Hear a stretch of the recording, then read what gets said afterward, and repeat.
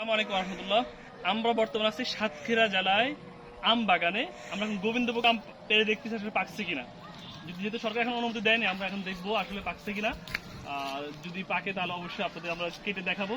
হাতে একটা কাটা আছে পাকা, কিন্তু আপনাদেরকে ভিডিও দেখাতে পারিনি। তো আমরা খুঁজে আরেকটা আম বের করছি, এটা মনে পেকে গেছে। পাকছে ওটা পাকছে। আশা করা যায় পাকছে, বলা যাচ্ছে না। হ্যাঁ হ্যাঁ, আল্লাহু আকবার। পাকছে পাকছে। এই তো পাকা টস টস রসে ভরপুর গোবিন্দভোগ আম। এটা কাটা। কার কার লাগবে হাত তুলুন।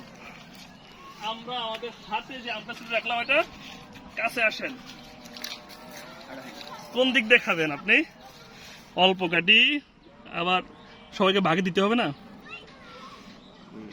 এটা পাকছে। চাচা আগে আপনি খাবেন। রোজা। আল্লাহ আল্লাহ, চাচা 6 রোজা রাখছে। তাই আমি খাবো না আপনি খাবেন? আপনি খান। না আপনি খান আগে। আপনি খান, আমি খাবো, এই পাশে খাবো। আমি এক টাকা রাখ পানি ইফতারি করি। চাচা একটু দিয়ে যাবো, সমস্যা নাই। হেভি। আর একটু ঠান্ডা থাকলে আরো হেভি হতো। ঠান্ডা রোদি তো। এই তো আম কিরকম? আলহামদুলিল্লাহ, সত্যি অসাধারণ।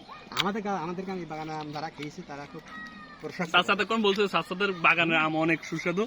চাচা বলছে, আমি তো প্রমাণ তো নাই, কিন্তু আমি খেয়ে সত্যি বুঝতেছি না, সত্যি অনেক।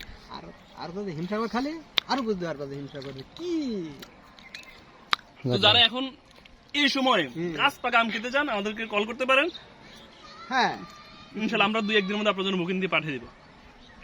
বললি সারা বাংলাদেশের কুরিয়ার সার্ভিসে, যেগুলো এজেন্ট শাখা না, মূল শাখাগুলায় এসে পরিমাণ বাদ দিয়ে ভাই, এসে পরিমাণ টাকাতি করে। এসে পরিমাণ ছাড়া যে কোনো কুরিয়ার আপনি নিতে পারবেন। আর যদি আপনার আশেপাশে কুরিয়ার 24.com নতুন একটা কুরিয়ার হয়েছে, এটা হয় আর সুবিধা হবে।